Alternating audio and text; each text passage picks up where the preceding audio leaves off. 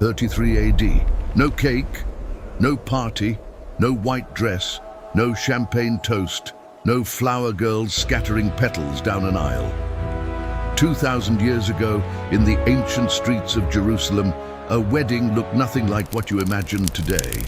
And yet, it carried a weight, a meaning, and an emotional depth that most modern ceremonies have completely lost. 33 AD. No cake, no party. What weddings were like in Jerusalem 2,000 years ago. This is the story of how a young woman named Miriam and a quiet carpenter's apprentice named Yosef found themselves bound together by a tradition so powerful it shaped the foundation of an entire civilization. And it all began not with love, but with a contract. Miriam was 17 years old when her father, Shimon, a modest olive oil merchant in the lower markets of Jerusalem, first received the visit.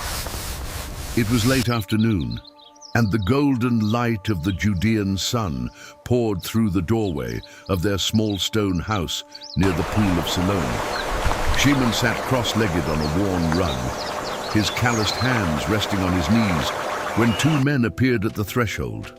One was an older man named Eleazar, a stonemason whose reputation for fairness preceded him through every quarter of the city. Beside him stood his son, Yosef, 21 years old, broad-shouldered but shy, his eyes cast downward in a posture of respect that Miriam noticed immediately from behind the curtain separating the women's quarters. In first-century Jerusalem, marriages were not born from stolen glances across a crowded room. They were not the product of courtship or romantic letters. Marriage was a covenant, a sacred agreement negotiated between families with the same seriousness as a land deal or a trade alliance. The process began with what was called the shidukin, the arrangement, a meeting where the groom's father would approach the bride's father to propose a match. This was not a casual conversation. It was a ritual loaded with social expectation, financial calculation, and deep religious significance. Shimon studied the two men carefully. He knew Eleazar by reputation, a man who paid his debts and honored his word. Yosef, however, was an unknown. Shimon asked about his trade, his income, his standing in the synagogue, his family's lineage. This proposal, every question was expected, everything for us. Every answer weighed. In this world, the character of a man was not measured by his charm, but by his community standing, his skill with his hands, and his devotion to the law. Yosef answered each question quietly, but firmly. He was a carpenter. He worked with his father in a small workshop near the Damascus Gate. He could build a house, repair a roof, craft a plow. He earned enough to keep a family fed, clothed, and sheltered. But behind the curtain, Miriam listened with her heart hammering against her ribs. She had seen Yosef once before, weeks earlier, carrying timber through the market. She remembered his hands, the raw wood and plane it large carefully, and sure, piece by piece. and the way he had smiled at a child who stumbled near his path. Testament to this trade. She had thought nothing of it then. Now, hearing his voice answer her father's questions with such steady calm, she felt something she could not name. A strange warmth spreading through her chest like sunlight, breaking through morning clouds. The negotiation moved to the most critical element of any ancient Jewish wedding, the mohar, the bride price. This was not the purchase of a woman, as some modern minds might mistakenly assume. The mohar was a demonstration of the groom's commitment and financial readiness. I pose no threat. It was proof that he could provide, He's telling the truth. that he took the covenant You must believe seriously, him. that he was willing to sacrifice something of tangible value to earn the right to build a family. Eleazar placed a small leather pouch on the rug between them.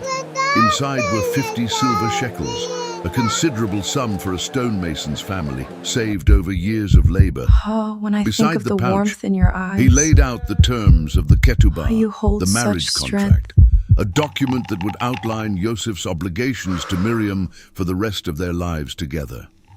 It specified the amount he would provide if the marriage ended, the conditions of her care if he died, her rights to food, clothing, and shelter.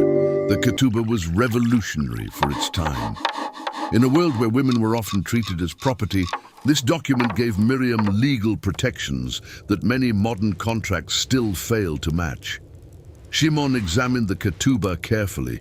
He read every line. He discussed terms with Eleazar for nearly an hour. Finally, he nodded. The agreement was made, but the wedding was far from over. In fact, it had barely begun. What followed the signing of the ketubah was a period called the erusin, the betrothal, a legally binding engagement that was far more serious than anything we call an engagement today.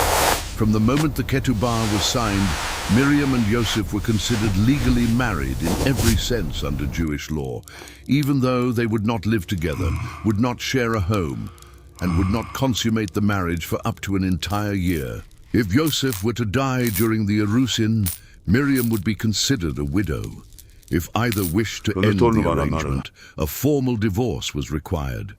This was not a casual promise. It was an unbreakable bond. And so Yosef stood, bowed to Shimon, and spoke the words that had been spoken by Jewish grooms for centuries before him. "You are consecrated to me." He then lifted a cup of wine, a single cup shared between them, and drank. Miriam was brought forward from behind the curtain, her eyes lowered, her hands trembling slightly. She took the cup from his hands, their fingers brushing for the briefest moment, and she drank. The erusin was sealed. They were bound. And then, without another word, Yosef turned and walked out the door. He would not return for many months. He had something to build first. What was he going to build? Where did he disappear to? And what was Miriam left to do during all those months of waiting? Alone, The dower legally is married, paid, as yet agreed. sleeping Yes, in her 100 father's house. zuz. And her Check portion. if you are It is already here? subscribed Correct. to this channel, because Secured. if you are fascinated by the real stories behind ancient traditions that school never taught you, this is the only channel that brings history to life like a movie. Subscribe now so you do not miss what happens next. The moment Yosef walked out of Shimon's house that evening, his life changed completely. He was no longer just a carpenter's apprentice. He was a man with a mission, a purpose so deeply ingrained in his culture that every man in Jerusalem understood its weight without a single word of explanation. Yosef had to build their home, not rent one, not borrow one, build it with his own hands. In ancient Jerusalem, the groom's most sacred task during the betrothal period was to prepare the bridal chamber, the chuppah, and often the entire living quarters where he and his bride would begin their life together. This was not a simple project. For a carpenter like Yosef, it typically meant adding a new room onto his father's existing house, a practice so common that entire neighborhoods in Jerusalem were built as multi-generational compounds, with rooms branching off in every direction like stone roots growing from a family tree. Every morning before dawn, I Yosef swear this rose oath and before walked to you the construction with all site. my heart and He cut soul. limestone blocks from the quarries outside the city walls, dragged them through the narrow streets on a wooden sled, and stacked them one by one, mixing mortar from clay, straw, and water. He carved the wooden beams for the ceiling himself, selecting only the straightest cypress timber he could find. He built a door frame, chiseled the threshold, smoothed the walls with a mixture of lime and crushed shells until they gleamed white in the sunlight. He worked through the scorching heat of summer, through dust storms that coated his skin in a fine layer of grit, through nights when his muscles screamed and his back ached so deeply he could barely lie down. And here was the part that would drive any modern person absolutely insane. He did not know when the wedding would happen. Only his father, Eleazar, had the authority to decide when the house was finished, when the room was ready, when the time had come. Yosef could not set the date. He could not rush the process. When friends or neighbors asked him, "When is the wedding?" he could only answer with the same phrase every groom in Jerusalem gave, "Only my father knows." Meanwhile, across the city, Miriam lived in a state of suspended anticipation that modern brides would find almost unbearable. She was legally married but physically alone. She could not visit Yosef. She could not send him messages. She could not check on the progress of the house. Her daily life continued as it had before, grinding wheat, pressing olives, carrying water from the well. But everything felt different now. She was a woman in between worlds, no longer fully her father's daughter, not yet fully Yosef's wife. Her mother, Hadassah, used these months to prepare Miriam for the life ahead. She taught her the prayers a wife recites when lighting the Sabbath candles. She showed her how to knead dough for challah, how to salt meat properly, how to manage a household budget when the money ran short, which it almost always did. But beyond the practical lessons, Hadassah gave her daughter something far more valuable: stories. She told Miriam about her own wedding night, how terrified she had been, how Shimon's hands had trembled as badly as her own, and how that shared fear had become the first private joke of their marriage. She told her about the hard years, the years when the olive harvest failed, and they had eaten nothing but lentils and stale bread for weeks. She told her about the night Shimon had wept when their first child was born, how his tears had fallen on the baby's forehead like a blessing. Miriam also spent these months with her bridesmaids, the shoshbinim, young women from her neighborhood who would play a crucial role in the wedding ceremony itself. They helped her prepare her wedding garments, embroidering the veil with intricate patterns that told the story of her family's lineage. They practiced the songs they would sing during the procession. They rubbed olive oil and myrrh into her skin, braided her hair with dried flowers, and whispered to her late at night about what it would be like to share a bed with a man for the first time. Some of the older girls, already married, spoke with a blunt honesty that made Miriam's cheeks burn red.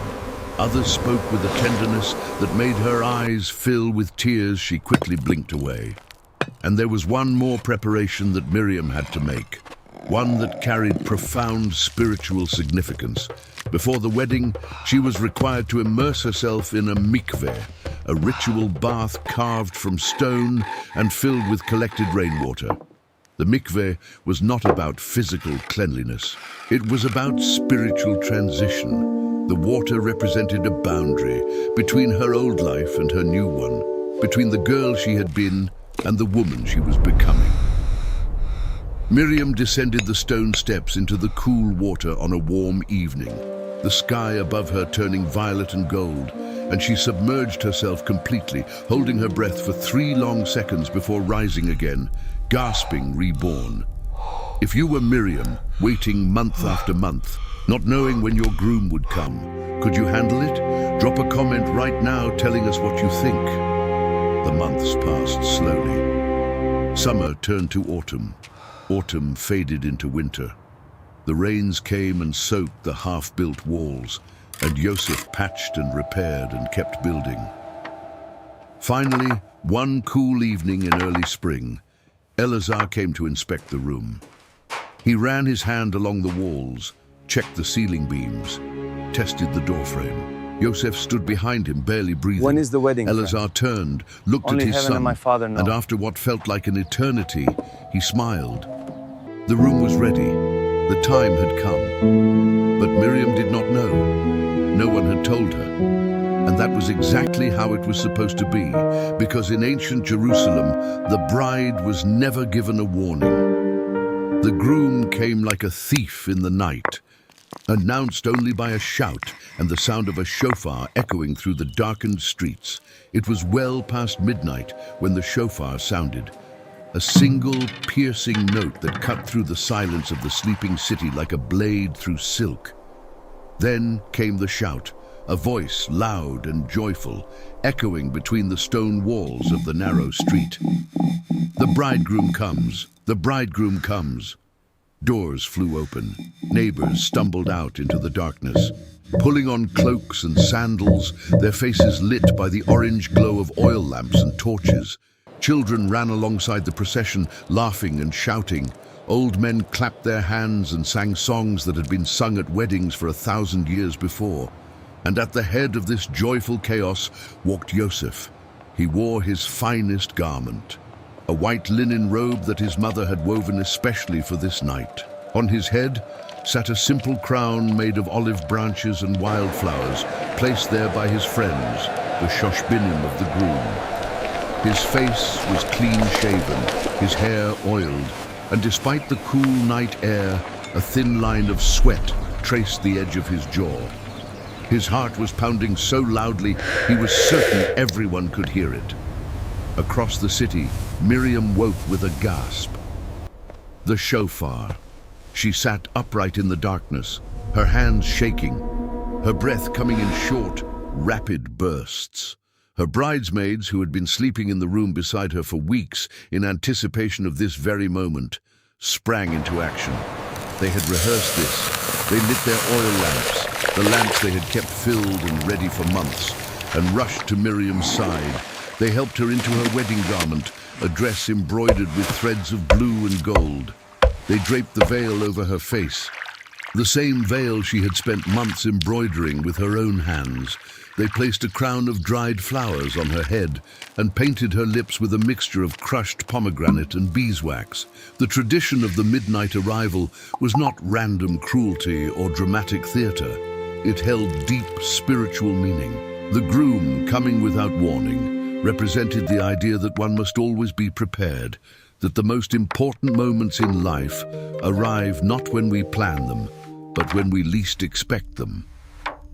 The wise bridesmaids who kept their lamps filled with oil were rewarded with a place in the procession. Those who had let their lamps run dry were left behind in the darkness, a cautionary tale whispered to young girls for generations.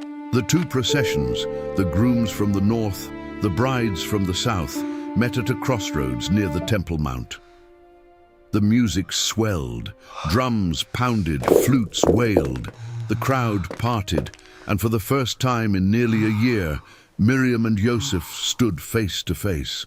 She was veiled, and he could see only the outline of her face through the fabric, the glint of her dark eyes catching the torchlight. He reached out and took her hand. She was trembling. So was he. They walked together through the streets toward the home Yosef had built, the crowd following behind them in a river of light and song. When they arrived, the courtyard of Eleazar's house had been transformed. Long wooden tables were set with clay bowls and bronze cups. The air smelled of roasted lamb, fresh bread, cumin, coriander, and the sweet perfume of nard oil. Garlands of grapevines and olive branches hung from every beam. Under the chuppah, a simple canopy of woven fabric held up by 4 wooden poles, the ceremony itself was remarkably brief compared to the elaborate celebrations surrounding it. A rabbi recited the 7 blessings, the Sheva Brachot, each one a poetic prayer that covered everything from the creation of humanity to the joy of the newlywed couple. Yosef placed a simple ring on Miriam's finger, a plain band of hammered metal with no gemstone, and repeated the ancient words, "Behold, you are consecrated to me with this ring according to the law of Moses and Israel." A second cup of wine was shared, the cup of the covenant, sealing the marriage before the entire community. And then came the feast. In 1st century Jerusalem, a wedding feast was not a 4-hour reception with a DJ and a dessert table. It was an event that lasted 7 full days. 7 days of eating, drinking, singing, dancing, and storytelling. 7 days during which the entire community came together to celebrate not just 2 individuals, but the continuation of the family line, the strength of the community, and the faithfulness of their covenant with the divine.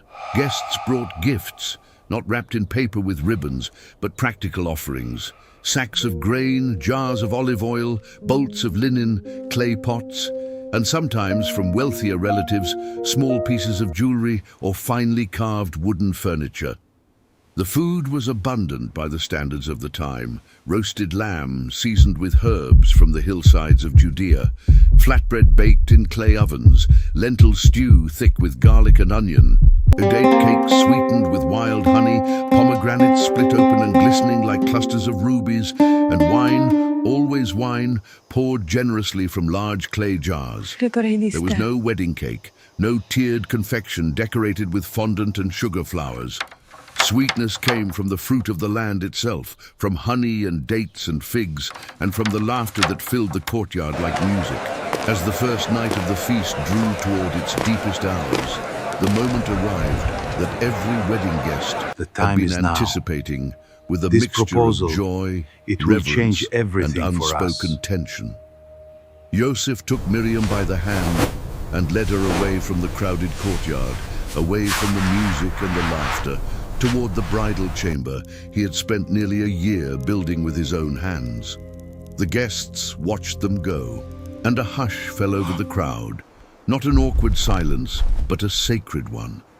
This was the moment the marriage would be truly consummated, and in ancient Jerusalem, this was treated not as a private matter to be whispered about, but as a community event of profound importance. The room was small, but beautiful in its simplicity.